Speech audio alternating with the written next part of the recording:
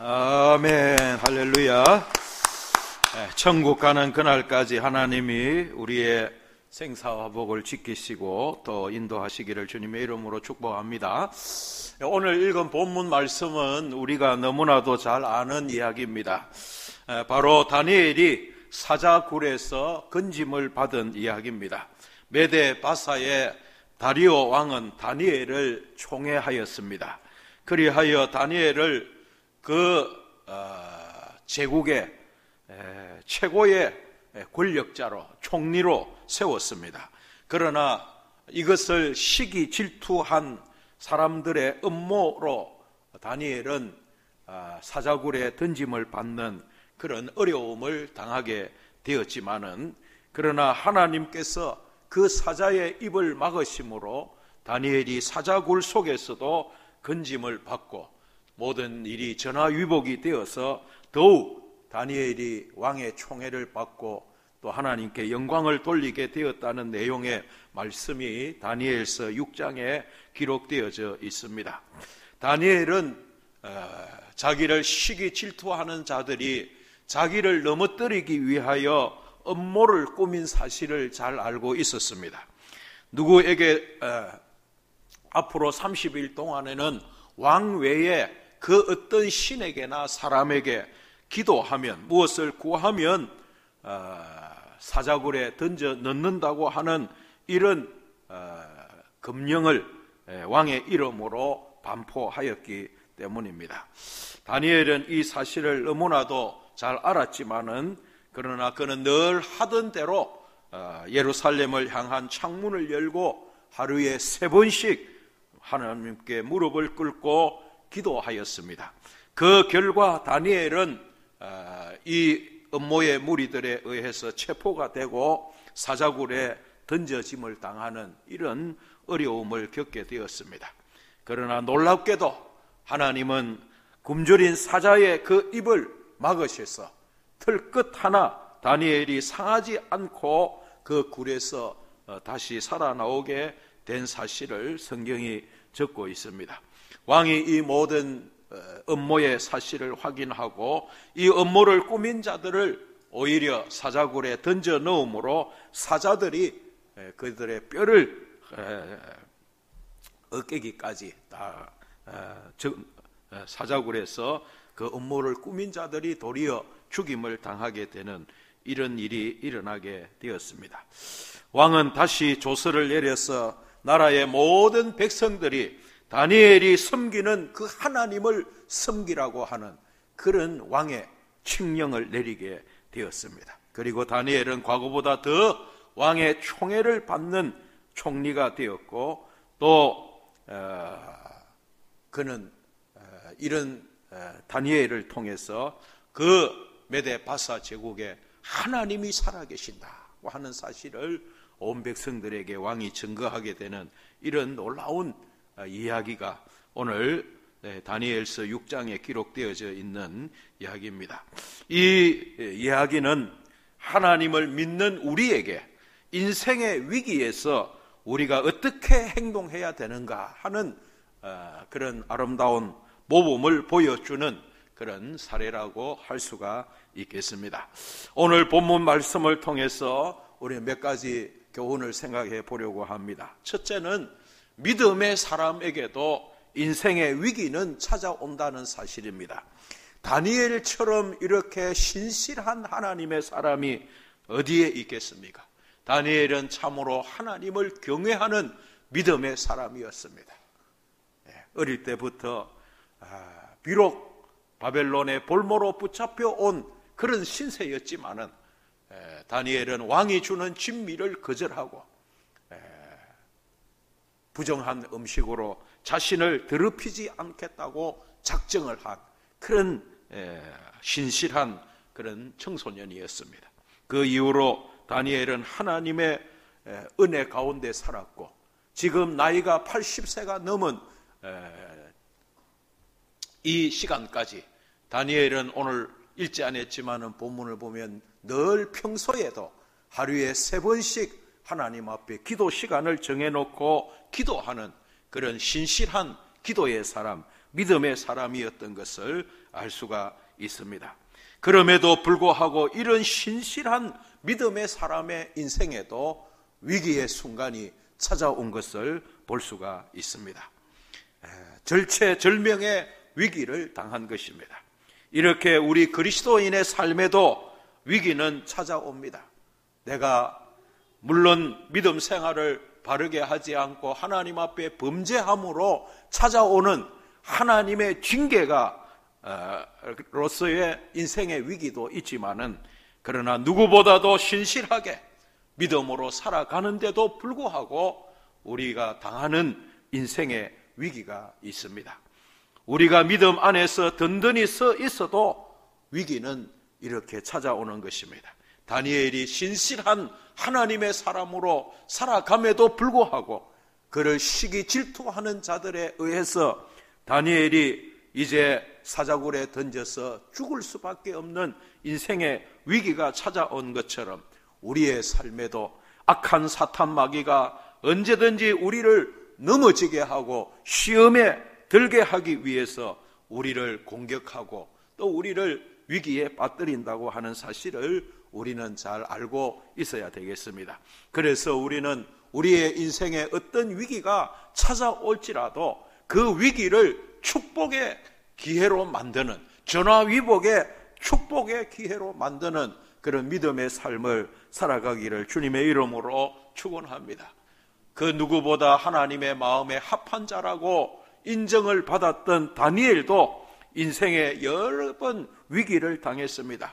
사울이 그를 죽이려고 해서 쫓겨다니는 위기의 세월을 10수년 그렇게 살아야 했고, 왕이 되고 난 다음에도 순간적인 육체의 정욕을 이기지 못하여 우리아의 아내와 간음을 범함으로 인생의 위기를 맞이하였고, 그 아들 압살롬이 아버지를 반역하여 아버지를 죽이고 자기가 왕위에 오르려고 하는 이 반역을 꾀함으로 또 다윗이 인생 노년에 큰 위기를 당한 것을 볼 수가 있습니다. 사람은 누구나 이렇게 위기를 겪으면서 살아가는 것입니다. 그래서 우리가 즐겨 부르는 복음송 가운데 왜 나만 겪는 고난이냐고 불평하지 마세요 하는 그런 찬양도 있습니다. 사람은 고생을 위하여 난나니 불꽃이 위로 날아가는 것 같으니라고 욥기 5장 7절에서 말씀하고 있습니다. 그러니 내 삶에 닥친 고난과 위기를 슬기롭게 믿음으로 잘 감당하는 우리 모두가 되기를 주님의 이름으로 축원합니다. 육신을 가지고 이 땅에 사는 동안에는 어쩔 수 없이 우리는 인생의 위기, 인생의 고난과 역경과 시련을 당할 수밖에 없는 것입니다. 그것이 마귀에게서부터 온 것이든 하나님의 징계이든 우리는 그 고난, 그 역경, 그 인생의 위기를 오히려 축복의 기회로 만드는 그런 믿음의 자세를 가지고 살아야 할 것입니다. 믿음 안에 서서 그 위기를 잘 대처하면 오히려 그 위기가 전화위복의 축복의 계기가 될 수가 있기 때문입니다. 그 위기가 우리의 신앙의 도약과 인격의 성숙을 가져다 주는 기회가 되기도 하는 것입니다. 그러나 우리가 위기를 제대로 대처하지 못하면 감당하기 힘든 인생의 실패자가 될 수도 있는 것입니다. 그래서 위기 자체가 문제가 아니라 위기를 어떻게 우리가 대처하느냐 하는 것이 더욱 중요한 문제입니다. 그런데 본문을 잘 살펴보면 다니엘의 위기 대처 능력이 참으로 놀랍다는 사실을 깨닫게 됩니다. 결과적으로 그는 위기를 잘 대처함으로써 그 위기를 축복의 기회로 만든 것을 볼 수가 있습니다. 전화위복의 더 큰 축복을 다니엘이 받게 되었습니다. 이 사건은 오늘 어려움 가운데, 위기 가운데, 고난 가운데 있는 우리에게 중요한 깨달음을 주는 줄로 믿습니다. 그러면 믿음의 사람 다니엘은 어떻게 이 위기를 대처했는가를 생각해 보면서 우리도 인생의 위기가 우리의 인생에 닥쳐왔을 때, 우리의 삶에, 우리 가정에, 우리의 삶에 어려움이 닥쳐왔을 때 우리가 어떠한 자세로 어떠한 태도로 이 위기를 대처함으로 다니엘과 같은 이런 축복의 인생이 될 수 있는 그런 삶을 살아가기를 주님의 이름으로 축원합니다. 먼저 오늘 다니엘을 보면 그는 자신의 인생에 큰 위기가 닥쳐왔다는 사실을 알고도 허둥대거나 노심초사 우왕좌왕하지 아니하고 너무나도 침착한 모습을 우리에게 보여줍니다. 보통 사람들은 위기를 당하면 대체로 두 가지 반응을 보인다고 할 수 있습니다. 첫째는 우왕좌왕하고 허둥댑니다. 원망불평합니다. 어쩔 줄을 몰라 합니다. 그 대표적인 예가 가데스 바네아에서 이스라엘 백성들의 반응입니다. 그들은 출애굽 이후에 수많은 기적을 경험하였음에도 불구하고 다시 한번 그들의 삶에 위기가 닥쳐왔다고 생각을 하자 그들은 하나님을 원망하고 불평하며 허둥대기를 시작하였습니다. 대부분 믿음이 없는 사람들은 이런 반응을 보이게 되는 것을 보게 됩니다. 그러나 믿음으로 사는 사람들은 인생의 위기가 닥쳐올지라도 허둥대지 아니합니다. 침착합니다. 담대하게 대처하는 것을 볼 수가 있습니다. 오늘 우리가 잘 아는 본문 10절의 말씀을 보면 다니엘이 이 조서의 왕의 도장이 찍힌 것을 알고도 자기 집으로 돌아가서는 윗방에 올라가 예루살렘을 향한 창문을 열고 전에 하던 대로 하나님 앞에 기도했다고 합니다. 다니엘은 자기에게 위기가 닥쳐오고 있다는 사실을 직감했을 것입니다. 이제 내가 죽었구나 이런 생각도 했을 것입니다. 나를 음모에 걸리게 해서 나를 죽이려고 하는 이런 음모가 진행되고 있다는 사실을 다니엘은 누구보다 잘 알았을 것입니다. 그럼에도 불구하고 다니엘은 어쩔 줄 몰라 하는 것이 아니고 전에 하던 대로 기도의 자리로 나아갔다고 하는 것입니다. 당황한 기색을 전혀 찾아볼 수가 없습니다.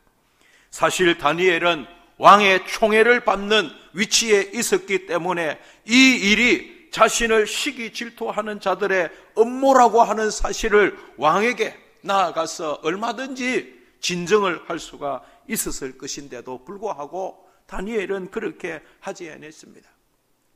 여러분 오늘 읽은 본문을 보십시오. 이 다리오 왕이 어쩔 수 없이 그가 사랑하는 이 신하 다니엘을 사자굴 속에 던져놓고는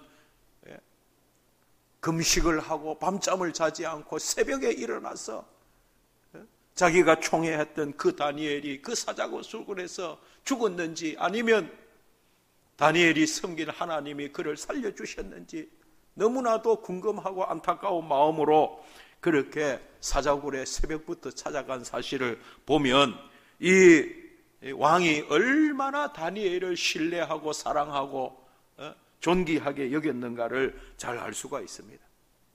그렇기 때문에 다니엘은 얼마든지 왕에게 나아가서 이번에 왕이 내린 이 조서는 나를 음해하고 나를 죽이기 위한 이 사람들의 음모라는 사실을 밝히 드러내고 이야기하고 그래서 얼마든지 이런 왕의 조서를 취소하도록 건의를 할 수가 있는 그런 위치에 있지만은 아마도 다니엘은 왕의 권위를 생각해서 그렇게 하지 않은 것 같습니다. 왕이 한번 이 조서를 내렸는데 어떻게 돌아서서 그것을 다시 취소할 수가 있겠습니까? 그러니 다니엘은 왕에게 나아가서 자신의 이 억울한 처지를 호소하기보다는 그저 담담하게 전에 하던 대로 하나님께 나아가서 하나님 앞에 모든 것을 구하고 하나님 앞에 자신의 지금 처지가 어떠하다는 것을 아뢰는 기도의 자리로 나아간 줄로 믿습니다. 결국 이 함정에서 하나님께서 함께 하시면 벗어나게 하실 줄을 믿는 믿음이 그에게 있었기에 그는 이렇게 침착하게 행동을 할 수가 있었는 줄로 믿습니다. 그렇습니다.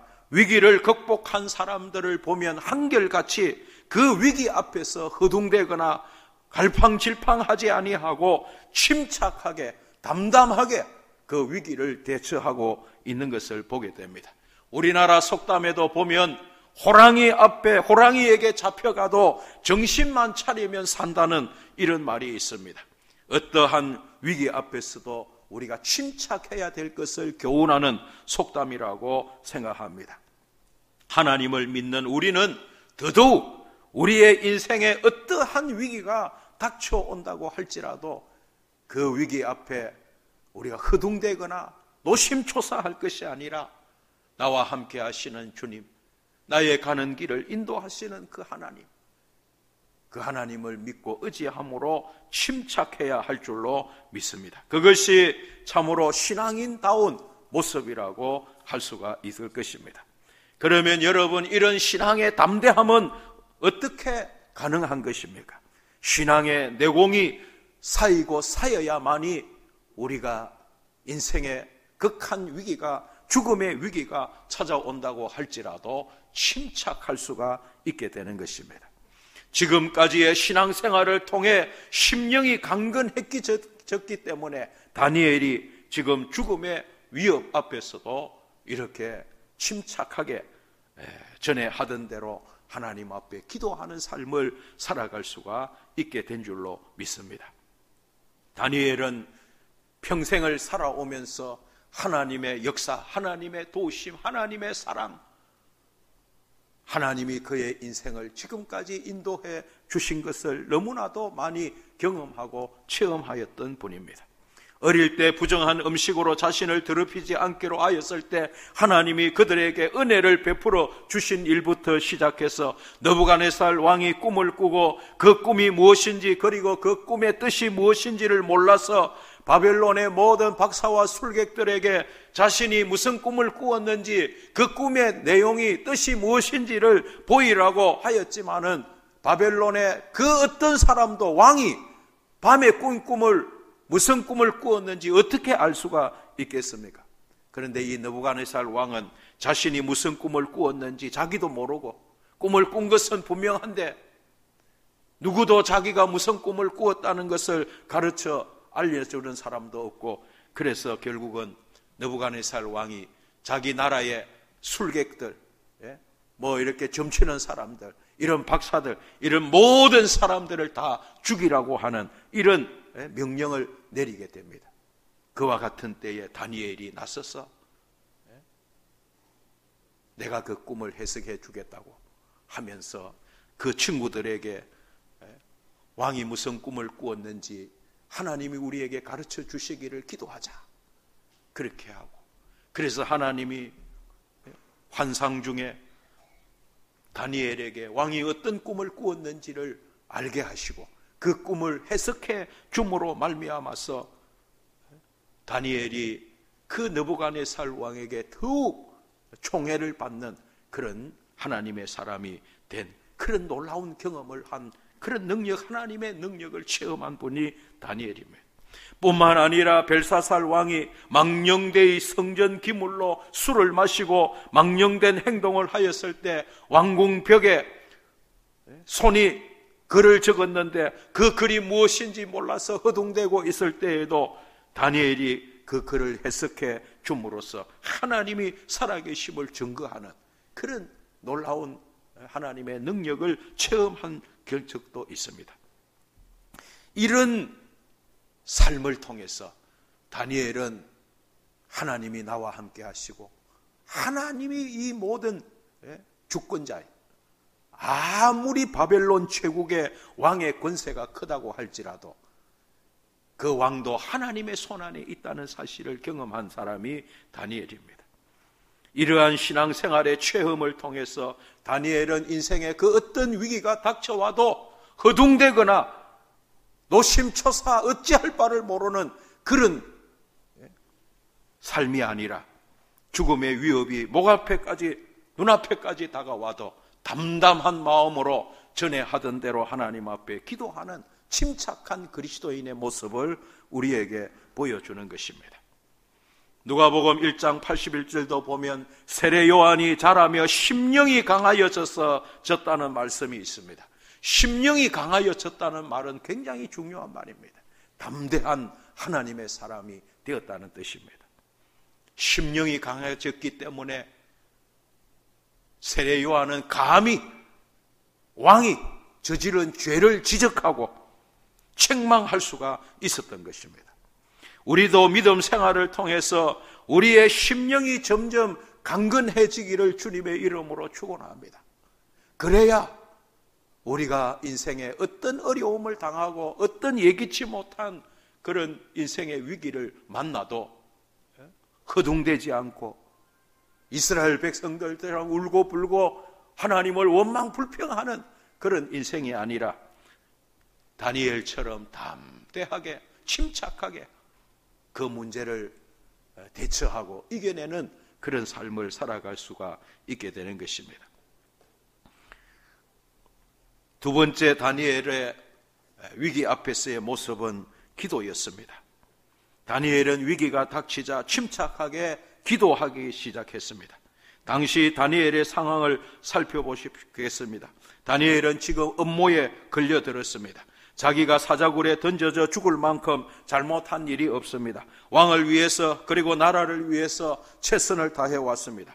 왕이 다니엘의 대적들에게 속아서 잘못된 금령을 내린 것입니다. 그래서 보통 사람들 같으면 말씀드린 대로 왕을 찾아갔을 것입니다.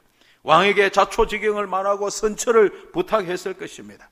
왕이 다니엘을 총애하고 있었기 때문에 자기를 풀어주든지 아니면 사자굴에 던져 죽게 하는 것만큼은 면하게 할 수 있게 해달라고 간청할 수도 있었을 것입니다.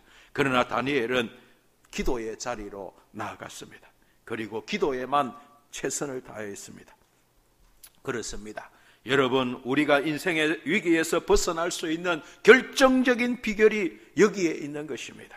위기를 맞으면 기도부터 시작해야 된다는 것입니다. 왜냐하면 그 모든 인생의 위기를 궁극적으로 해결하실 분은 살아계신 우리 하나님 밖에는 없기 때문입니다. 느헤미야가 생각이 납니다. 느헤미야는 포로로 끌려와 바사왕 수산궁에서 고국의 소식을 듣게 되었습니다. 유다와 예루살렘에 귀환한 이스라엘 백성들이 큰 환난을 당하고 능욕을 받으며 예루살렘 성은 회파되었다는 소식을 들었습니다. 이 안타까운 소식을 들은 느헤미야가 제일 먼저 한 일이 무엇입니까? 느헤미야 1장 4절을 보면 내가 이 말을 듣고 앉아서 울고 수일 동안 슬퍼하며 하늘의 하나님 앞에 금식하며 기도하였다고 그렇게 말씀하고 있습니다. 위대한 하나님의 사람들은 다 인생의 위기와 어려움 가운데 먼저 하나님 앞에 기도하는 삶을 살았던 것을 볼 수가 있습니다. 여러분에게 사진을 2장 보여드리려고 합니다. 첫 번째 사진은 이게 무슨 사진인지 아시겠습니까? 이 사진은 2017년 2월 1일 백악관 집무실에서 닐 고서시라고 하는 연방 대법관을 지명하고 대통령이 마크 펜스 부통령 등과 함께 하나님 앞에 기도하는 트럼프 대통령이 그 부통령과 함께 연방 대법관으로 지명받은 사람과 그 가족들과 함께 하나님 앞에 기도하는 그런 사진입니다. 이 사진을 소개한 영국 크리스천 투데이는 수천 마디의 말보다 백악관에서 기도하는 모습이 담긴 한 장의 사진이 기도의 능력과 하나님의 거룩한 인도하심이 필요함을 믿는 대통령의 모습을 보여준다고 말했습니다. 트럼프 대통령은 국가 조찬 기도에 의해서 나의 마음을 가장 울린 말은 당신을 위해서 기도하고 있다고 하는 말이라고 하였습니다. 트럼프는 또한 자신을 위해 기도해 준 미국 사람들에게 감사를 표시하면서 여러분들의 기도가 나를 지통해 주고 나에게 영감을 준다고 그렇게 말을 하였습니다. 트럼프 대통령이 여러 가지 면에서 좀 우리가 이해 안 되는 그런 면이 많이 있지만은 또 근본적으로는 저렇게 하나님을 경외하는 미국의 대통령이 하나님을 두려워하고 하나님께 기도한다는 것이 얼마나 참 부러운 일인지 모르겠습니다. 두 번째 사진을 보여드리겠습니다. 이 두 번째 사진은 지난달 26일에 백악관에서 코로나 바이러스 미국 태스크 포스 팀과 함께 기도하고 있는 이 사진입니다. 지금 미국은 코로나 상태의 최종적인 그런 책임자로 부통령 마크 펜스가 그렇게 지명이 되었습니다. 이렇게 마크 펜스가 이 코로나 사태를 대비하고 그 일에 총 책임을 맡은 사람들을 백악관에서 같이 임명장을 받고 같이 저렇게 머리를 숙이고 기도하는 그런 장면을 보여주고 있습니다. 믿음이 없는 사람들은 백악관에서 저렇게 기도하고 있는 사진을 보면서 조롱을 했습니다. 얼마나 백악관이 무능하면 저렇게 기도나 하고 있겠는가라고 그렇게 비난했습니다. 그러나 많은 신앙인들은 마크 펜서와 같이 자신의 한계를 인정하고 스스로를 낮추고 도움을 구하는 기도로 하나님께 부르짖는 정치인들이 더 많이 일어나기를 기도한다고 밝혔습니다. 프랭클린 그레암 목사는 이 사진에 대해서 감동적이며 강력하다고 평가했습니다. 그레암 목사는 자신의 SNS에 바이러스에 대응하는 데 있어 하나님의 지혜, 하나님의 방향, 하나님의 도우심을 달라고 기도로 동참하자고 그런 글을 남겼습니다. 우리나라 정치 지도자들이 코로나 사태를 맞이해서 종교 집회 전면 금지 긴급 명령을 검토하거나 종교 집회 자제 결의안을 가결하는 그런 모습과는 많이 대비되는 모습이라고 하겠습니다. 여러분, 우리나라가 어떤 나라가 되는 것이 좋겠습니까? 하나님이 어떤 나라를 귀하게 사용하시겠습니까? 우리나라가 많이 복음화되었다고는 하지만은 그러나 아직도 하나님을 대적하고 교회를 조롱하고 불신앙이 만연한 이런 모습들을 보게 됩니다. 앞으로는 우리나라가 청와대에서도 국회에서도 대법원에서도 저렇게 같이 머리를 숙이고 손을 잡고 하나님 앞에 하나님이 이 나라를 지켜주시고 하나님이 이 나라를 보호해 주시고 축복해 주시기를 기도하는 그런 우리 대한민국이 되기를 소망하면서 우리가 기도해야 될 줄로 믿습니다. 우리 그리스도인들 중에서도 인생의 위기 앞에서 기도해야 한다는 것을 진지하게 받아들이지 않는 그런 분들이 많은 것 같습니다. 그건 뭐 늘 하는 소리 아니냐? 그렇게 받아들이는 것 같습니다. 그러나 여러분, 그렇지 않습니다. 기도보다 더 확실한 방법이 없는 것입니다. 보통 믿음 없는 사람들은 이런 상황에서 기도한다고 무슨 소용이 있는가? 그렇게 말을 합니다. 그러나 여러분, 그렇지 않습니다. 눈에 보이는 것이 전부가 아닌 것입니다. 우리 눈에 보이지 않지만은 살아계신 하나님이 우리를 도우시고 하나님이 역사하셔야 국가적인 위기도, 가정의 위기도, 교회의 어려움도 극복되고 또한 우리가 복된 믿음의 삶을 살아갈 수가 있게 되는 줄로 믿습니다.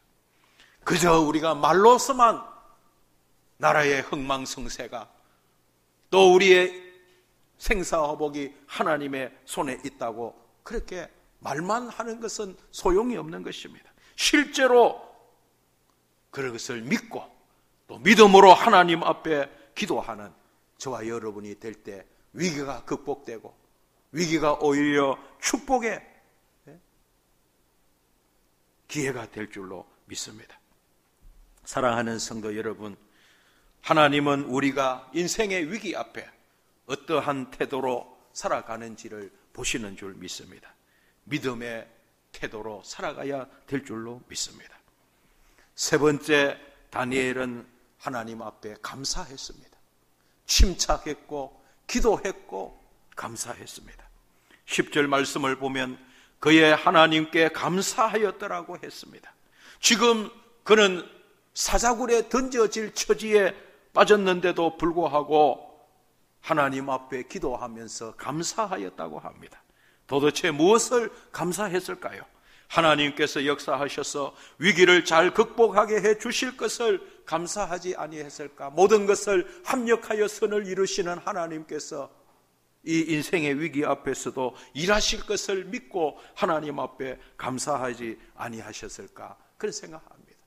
또 죽으면 죽으리라는 그런 믿음을 가지고 80평생 하나님이 나와 함께 하시고 나의 인생을 이렇게 복되게 해 주셨는 것을 생각하면서 감사하였을 줄로 생각합니다.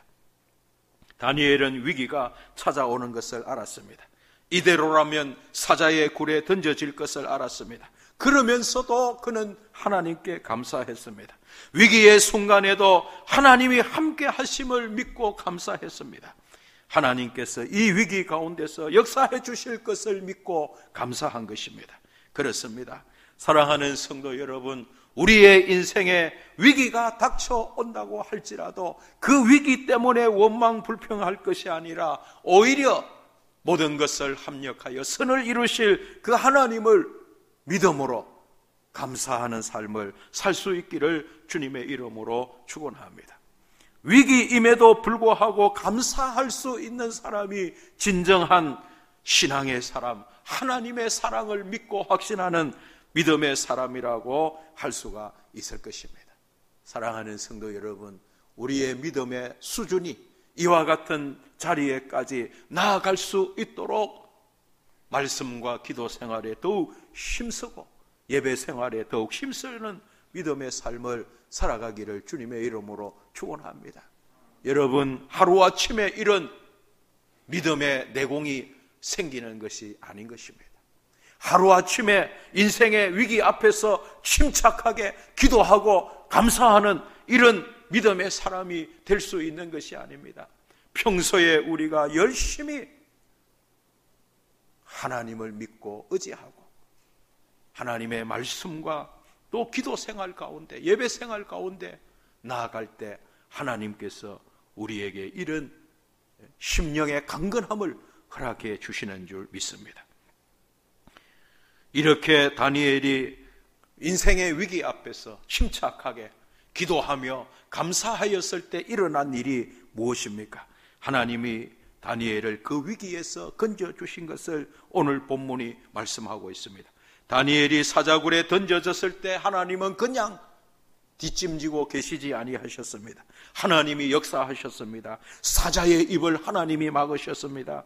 그래서 사자들이 다니엘의 틀끝 하나 손을 대지 못하게 하셨습니다. 위기 중에 보호하여 주셨습니다. 다니엘은 다리오 왕에게 사자굴에서 있었던 일을 이렇게 말하고 있습니다. 나의 하나님이 이미 그의 천사를 보내어 사자들의 입을 봉하셨으므로 사자들이 나를 상해하지 못하였다고 그렇게 다니엘이 다리오 왕에게 그렇게 말을 합니다. 한마디로 하나님께서 그 사자굴에 그의 천사를 보내어서 사자들로 하여금 다니엘의 틀끝 하나 건드리지 못하도록 하셨다는 것입니다. 사랑하는 성도 여러분, 하나님께는 능치 못함이 없는 것입니다. 우리 인간의 생각을 뛰어넘는 분이 하나님이십니다. 우리가 상상할 수 없는 일을 행하시는 분이 우리 하나님이십니다. 그런데 본문을 보면 다니엘이 사자굴에서 살아나온 뒤에 다리오 왕이 음모를 꾸민 자들을 잡아오게 하였습니다. 그리고 다니엘이 던져졌던 같은 사자굴에 그들을 던져 넣었습니다. 그 결과가 무엇입니까? 24절을 보면 그들의 처자들과 함께 사자굴에 던져 넣게 하였더니 그들이 굴 바닥에 닿기도 전에 사자들이 곧 그들을 움켜서 그 뼈까지도 부서뜨렸더라고 그렇게 말을 합니다. 같은 사자굴에서 같은 사자들인데 이번에는 다니엘을 모함하였던 그들을 공격하여 뼈를 다 부서뜨릴 정도로 삼켜버리고 만 것입니다. 사랑하는 성도 여러분, 하나님은 일개 짐승에 불과한 사자지만은 그 사자도 하나님께서 부리시고 다스리시는 분이신 것을 우리가 알게 됩니다. 왜 그렇습니까? 하나님이 다 창조하셨기 때문에 그렇습니다. 하나님의 명령이 통하지 않는 곳은 하나도 없는 것입니다. 하나님은 이렇게 위기의 한복판에서 다니엘을 지켜주셨고 보호하여 주셨을 뿐만 아니라 전화위복에 놀라운 축복을 내리워 주신 것을 보게 됩니다. 다리오 왕은 평소에도 다니엘이 섬기는 하나님에 대한 경외심이 있었지만은 이 사건으로 인해서 그가 다스리는 온 나라에 칙령을 내려서 다니엘이 섬기는 하나님만을 섬기라고 그렇게 명령을 내린 그런 왕이 되었습니다. 얼마나 놀라운 일입니까?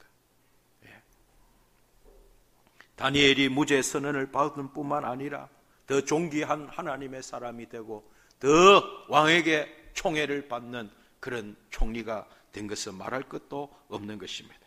그리고 본문 6장 마지막에 보면 이 다니엘이 다리오 왕의 시대와 바사 사람 고레스 왕의 시대에 형통하였더라고 그렇게 말을 합니다. 페르시아 제국이 끝나고 이 페르시아 제국이 시작되고 바사 나라가 망하고 메데 바사에서 이제 바사 페르시아 제국의 첫째 왕 고레스 왕. 이 고레스 왕이 어떤 사람이냐 하면 70년 동안 바벨론 포로로 잡혀왔던 이스라엘 백성들을 고국으로 다 돌아가라고 칙령을 내린 왕이 고레스입니다. 그 고레스가 왜 그런 일을 했겠습니까? 다니엘이라고 하는 이런 위대한 하나님의 사람이 있었기 때문에 아마 그런 일을 했을 것이라고 그렇게 추측이 됩니다. 하나님께서 얼마나 이 다니엘을 존귀하게 하셨는지 알 수가 있는 것입니다. 여러분, 인생의 위기 앞에서 우리가 믿음으로 살면 하나님께서 우리의 인생을 이렇게 존귀하게 하시고 우리의 삶을 놀라운 삶이 되도록 역사하시는 것을 우리가 깨닫게 됩니다. 사랑하는 성도 여러분, 우리의 인생에 어떤 어려움이 닥쳐올지라도, 우리 가정에 어떤 인생의 위기가 올 때라도 여러분 허둥대거나 갈팡질팡하거나 노심초사 어찌할 바를 모르고 그렇게 두려워 떨 것이 아니라 그럴 때일수록 더욱 침착하게 하나님 앞에 나와서 엎드려 기도하고 모든 것을 합력하여 선을 이루실 그 하나님을 감사하며 그 하나님께 존귀와 영광을 돌릴 수 있다면 하나님은 우리의 인생을 놀랍도록 변화시켜 주시고 우리의 인생을 존귀하게 만들어 주실 줄로 믿습니다. 우리 모두도 다 다니엘처럼 인생의 어려움 앞에서 믿음 없는 사람이 아니라 정말 믿음 있는 사람답게 살아갈 수 있기를 주님의 이름으로 축원합니다. 하나님 아버지 감사합니다. 오늘 인생의 여러 가지 어려움 앞에서, 인생의 위기 앞에서 믿음의 삶을 살았던 다니엘의 그 삶을 생각하면서 우리도 이 인생의 위기를 어떻게 극복해야 하는지 깨닫게 하여 주시니 감사합니다. 믿음 없는 사람처럼, 하나님이 살아계시지 않는 것처럼 허둥대거나 원망불평하거나 낙담하지 않게 하여 주시고 침착한 마음으로 하나님의 앞에 엎드려 기도하며 모든 것을 합력하여 선을 이루실 그 하나님을 찬양하고 감사하는 그런 믿음의 사람이 될 수 있도록, 그러므로 하나님께서 우리의 인생을 변화시켜 주시고 우리의 인생에 더 크고 놀라운 일들을 행하시는 축복의 주인공이 되는 우리 모든 성도들이 되도록 주여 우리 성도들에게 믿음 위에 믿음을 더하여 주시옵소서. 예수님의 이름으로 축복하고 기도하옵나이다. 아멘.